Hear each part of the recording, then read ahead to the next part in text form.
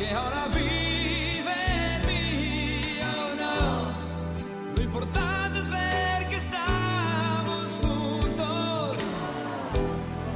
Lo que más necesito es tu amor, un amor de verdad que me hace llorar, llorar de emoción.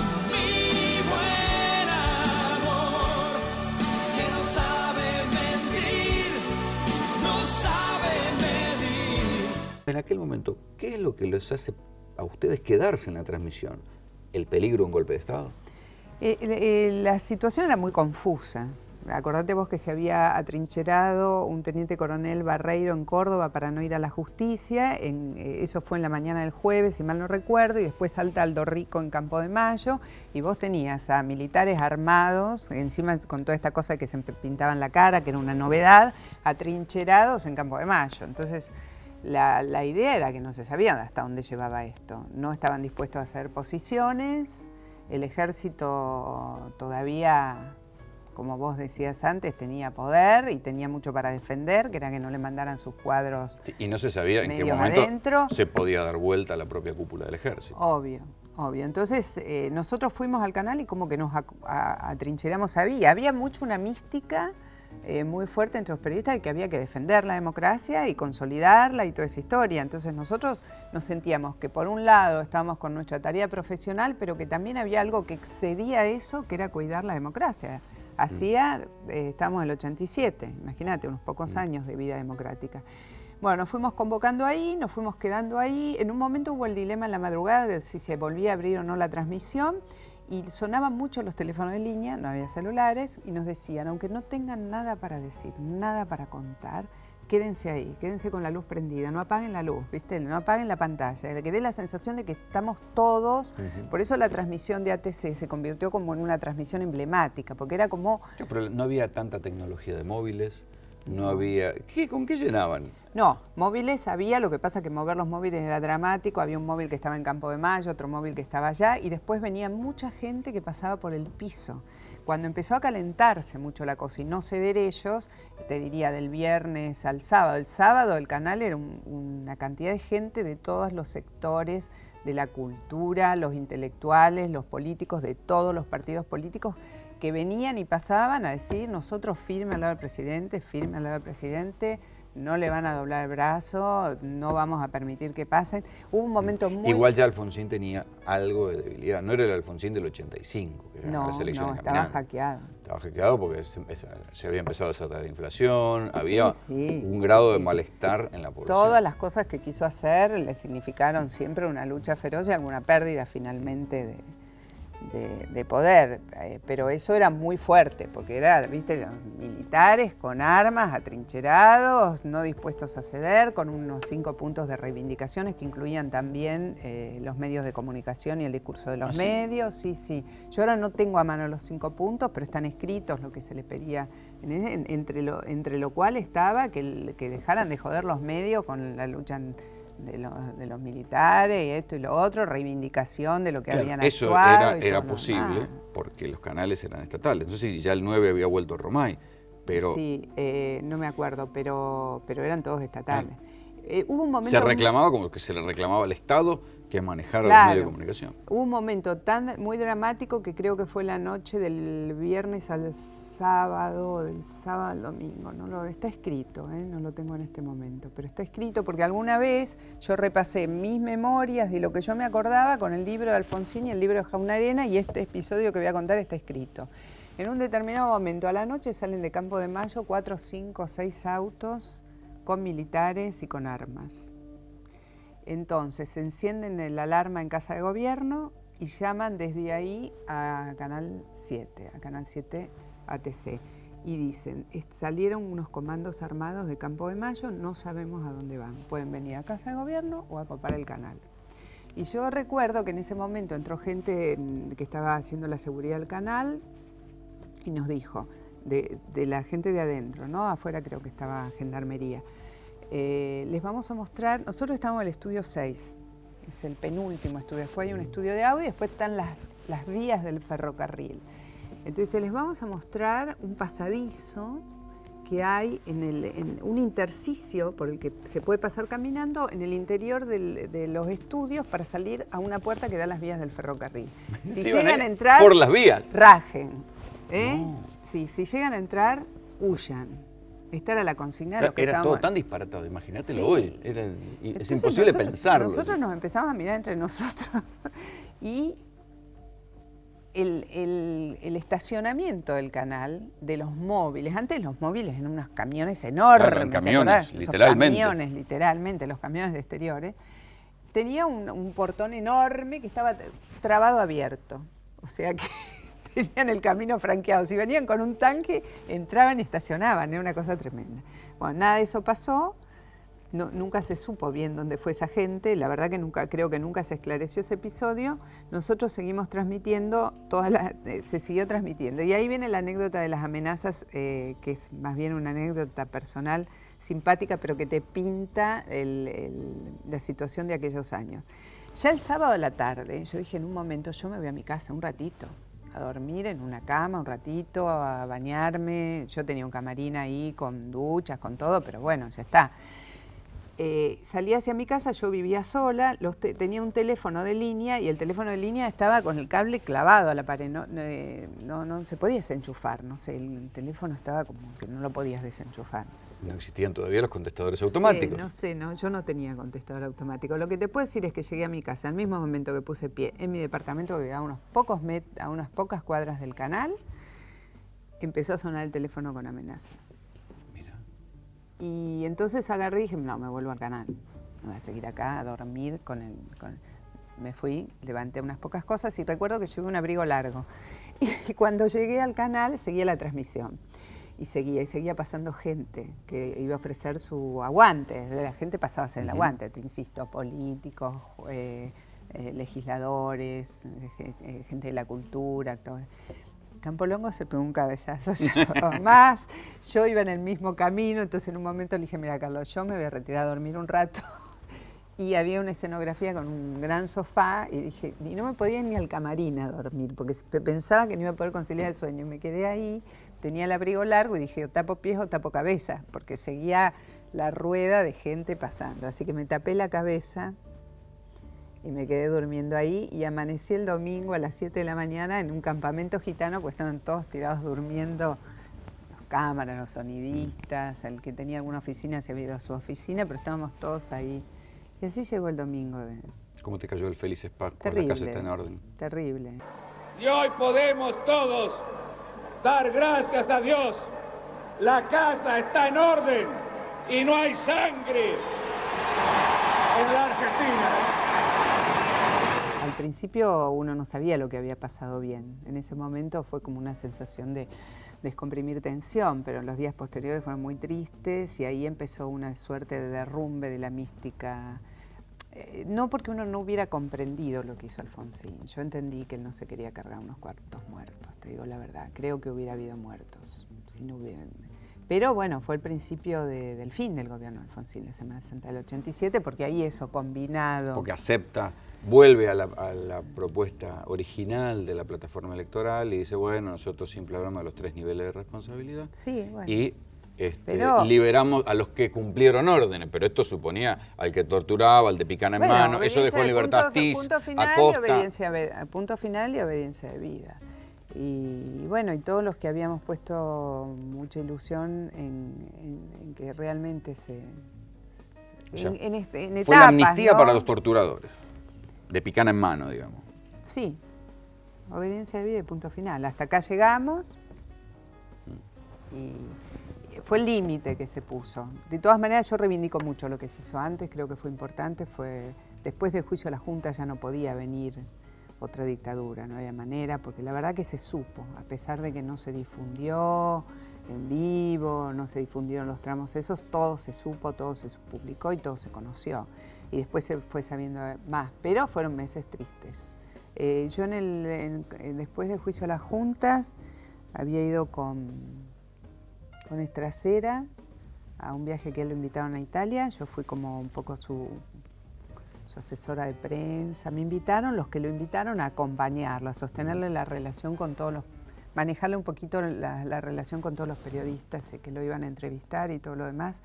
Y había tanta tensión en el mundo y atención sobre lo que fue el juicio a las juntas. Estracera fue recibido como un héroe, fue recibido por Sandro Pertini en persona, a solas, en el Quirinale.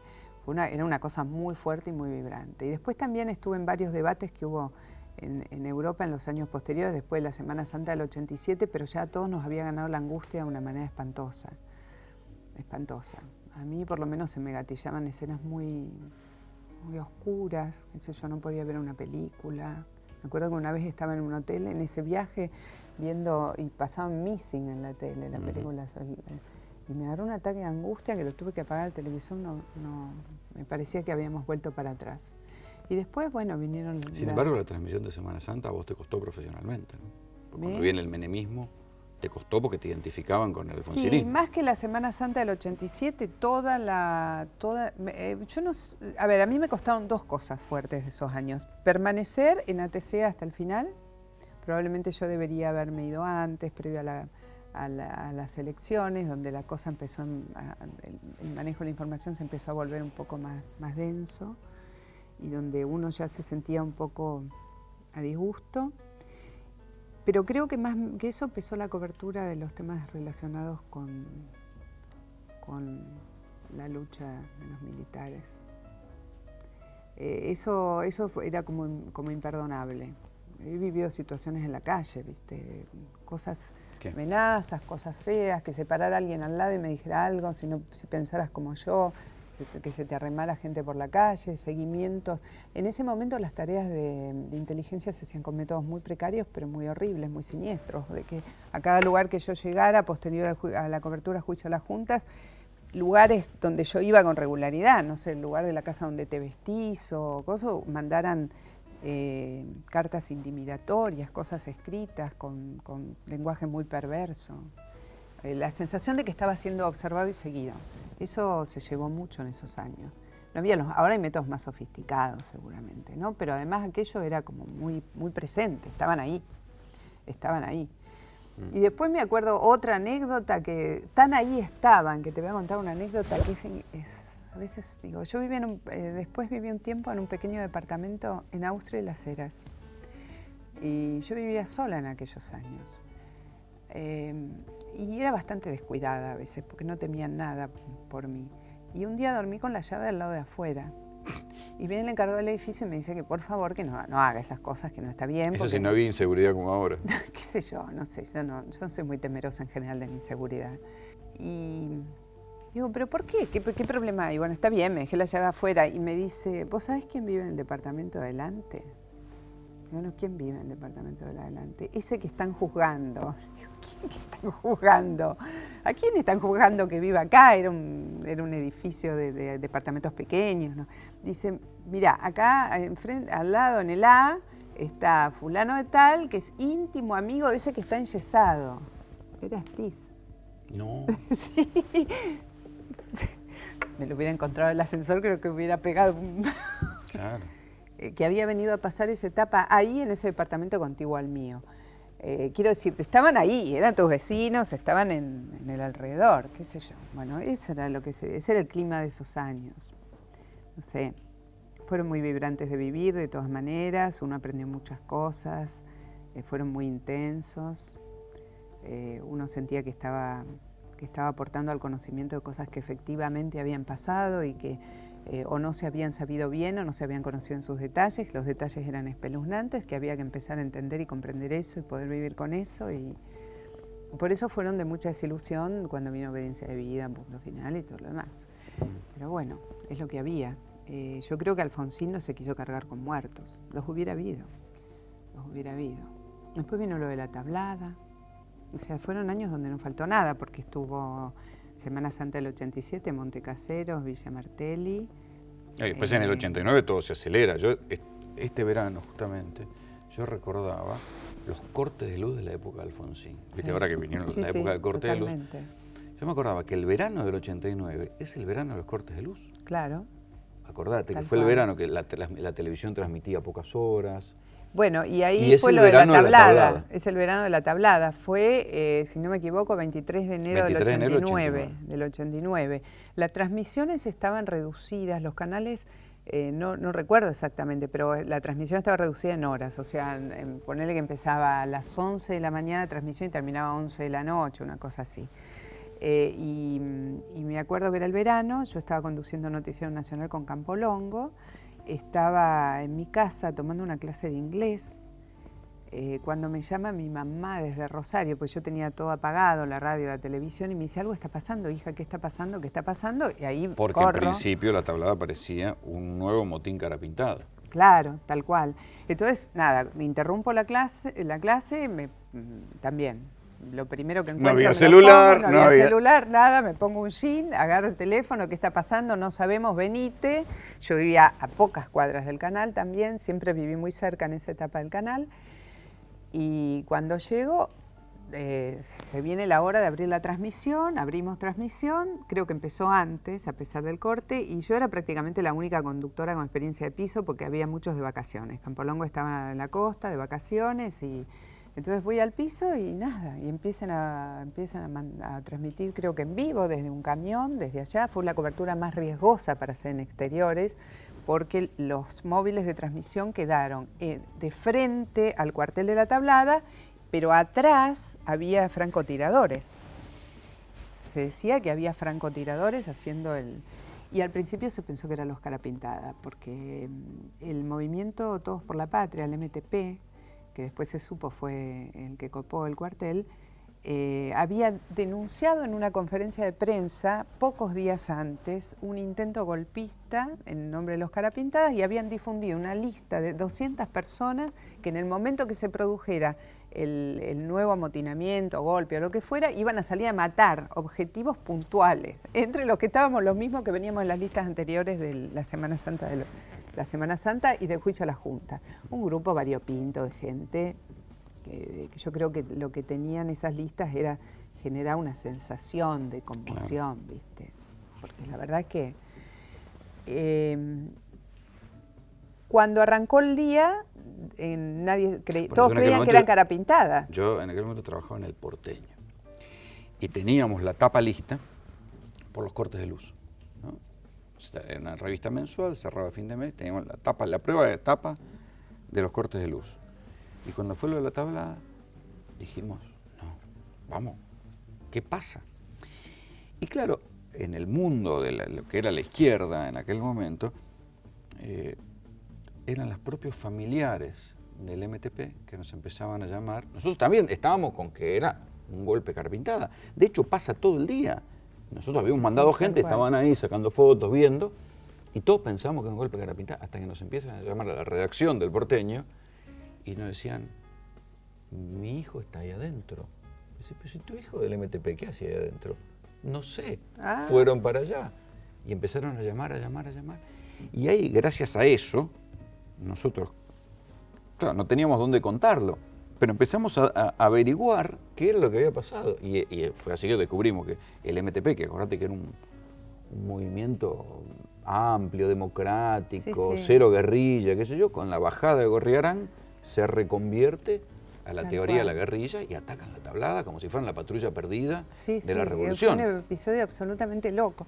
Bueno, yo recuerdo que llegué al canal y que cuando llegué todos creían, que, como decís vos, que eran Carapintadas, y estaban llamando desde gobierno al canal a ver si alguien podía aportar desde gobierno. Idea, desde eso gobierno demuestra al canal. La inteligencia, cómo le funcionaba la inteligencia al propio gobierno. Sí, desde el gobierno al canal a ver si alguien podía aportar algo más. Después empezó a correr el día y alguien dijo, che, hay mujeres entre las atacantes. Esto no cerraba por ningún lado, que los Carapintadas entraran con mujeres a atacar un cuartel y después empezaban. Y yo recuerdo un momento que no puedo precisar en qué horario de esos 2 días fue, porque en realidad fueron 2 días.